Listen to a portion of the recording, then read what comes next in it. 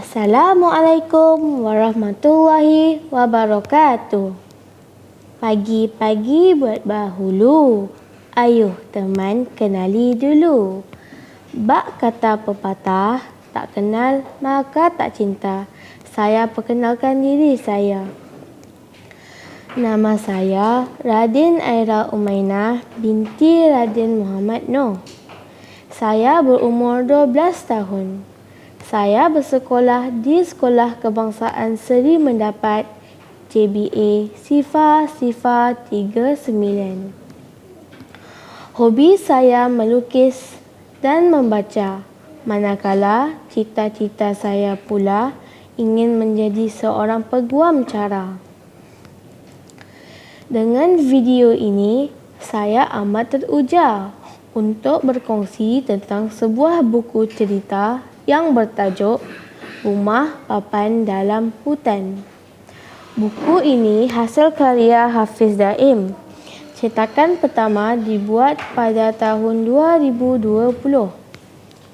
Buku ini mengandungi 118 muka surat bercetak. Buku ini bertemakan siri penyiasatan misteri dan banyak memaparkan cerita yang berunsurkan misteri, persoalan dan suasana yang mencemaskan. Cerita dalam buku ini mengisahkan tentang seorang budak perempuan bernama Zakiah yang tinggal di dalam hutan bersama ayah, ibu dan adiknya. Pada permulaan cerita, penulis menceritakan tentang kekejaman ibu dan ayah Zakiah menyebabkan Zakiah sentiasa ketakutan.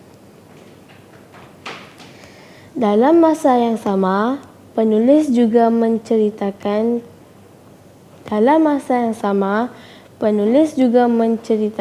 tentang kasih sayang Zakiah terhadap adiknya. Pada pertengahan cerita, penulis berjaya membuatkan pembaca teruja untuk membaca dan mengetahui lebih lanjut tentang cerita Rumah Papan Dalam Hutan. Persoalan saya semasa membaca buku cerita ini, siapakah Zakiah yang sebenarnya? Terjawab apabila Zakiah terdengar perbualan ibu dan ayahnya secara diam-diam. Dalam situasi ini, penulis menceritakan keberanian Zakiah demi untuk mengetahui siapa diri dia yang sebenar dan apa yang berlaku sebenarnya. Namun, dalam masa yang sama, penulis masih menyelitkan nilai kasih sayang antara Zakiah dan adiknya walaupun mengetahui bahawa adiknya tiada pertalian darah dengannya. Klimaks cerita ini, Zakiah cuba melarikan diri apabila mengetahui siapa diri dia yang sebenar dan siapa sebenarnya orang yang dianggap ibu dan ayah selama ini. Tetapi, penulis tidak terus mengakhiri jalan cerita hanya di situ sahaja. Banyak cabaran dan dugaan yang dilalui oleh Zakiah dalam usahanya melarikan diri. Di sini, nilai kekuatan, semangat dan keazaman yang ditonjolkan oleh penulis dalam watak Zakiah.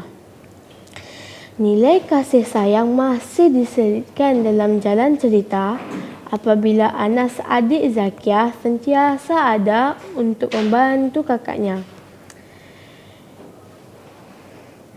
Terdapat banyak nilai murni dan pengajaran di dalam cerita Rumah Papan Dalam Hutan yang boleh dijadikan sebagai panduan dan pengajaran.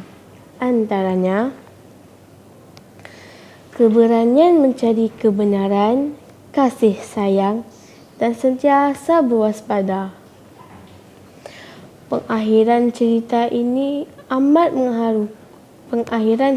amat mengharukan dan berakhir dengan kegembiraan serta kebahagiaan.